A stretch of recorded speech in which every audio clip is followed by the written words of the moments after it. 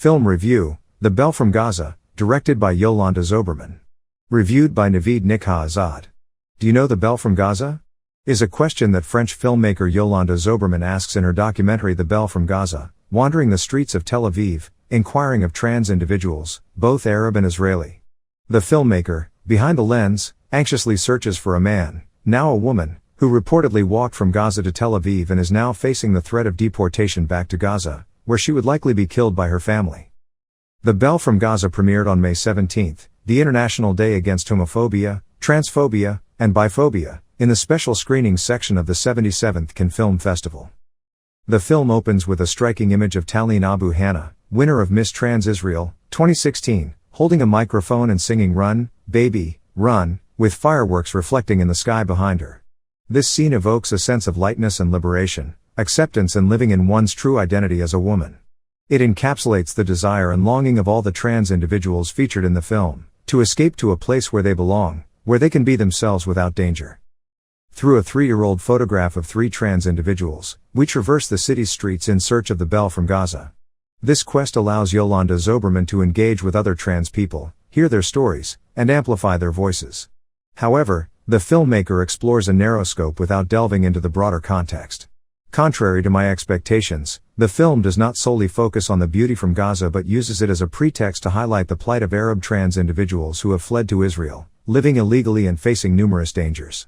After the first third of the film, when we meet the trans individual known as La Belle from Gaza, or Natalie, the film shifts direction. This shift has both positive and negative aspects. Positively, Zauberman uses the film's title to refer to all trans individuals who have left their families and homeland under threat of death to live as their true selves. The director sees all these trans people as the beautiful or the Belle. On the downside, this shift may seem like a loss of focus on the film's original subject. One of the film's clever choices is setting all events at night, indirectly suggesting that the topic is so dark it cannot be addressed in daylight. Despite the darkness, we can still find light and hope in the conversations with these trans individuals.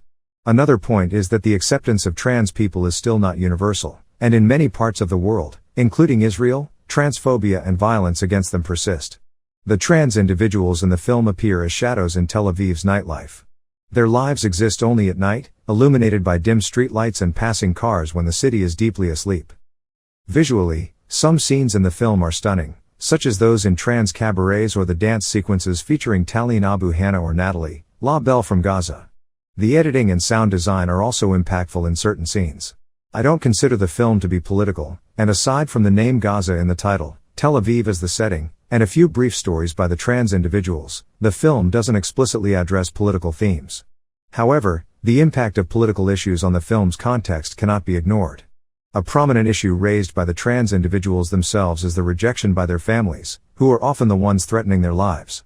These trans individuals also speak positively about God and faith, suggesting that their families' reactions stem from rigid interpretations and dogmas. The film ends with Talene Abu Hanna's birthday celebration, where her family, including her father who now accepts his only son as his daughter, watches childhood videos she shares with the children and family members. This image, a dream for many trans individuals, is the hopeful outcome we wish for all the trans people in the film, making their current situation all the more poignant. The film's credits roll over a long shot filmed through a car window.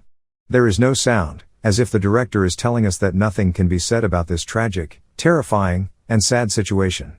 What can be said at all? The night, in all its entirety, prevails, and the inhabitants of this night, the trans individuals, move forward in silence, hoping for the darkness to fade and a new light to dawn.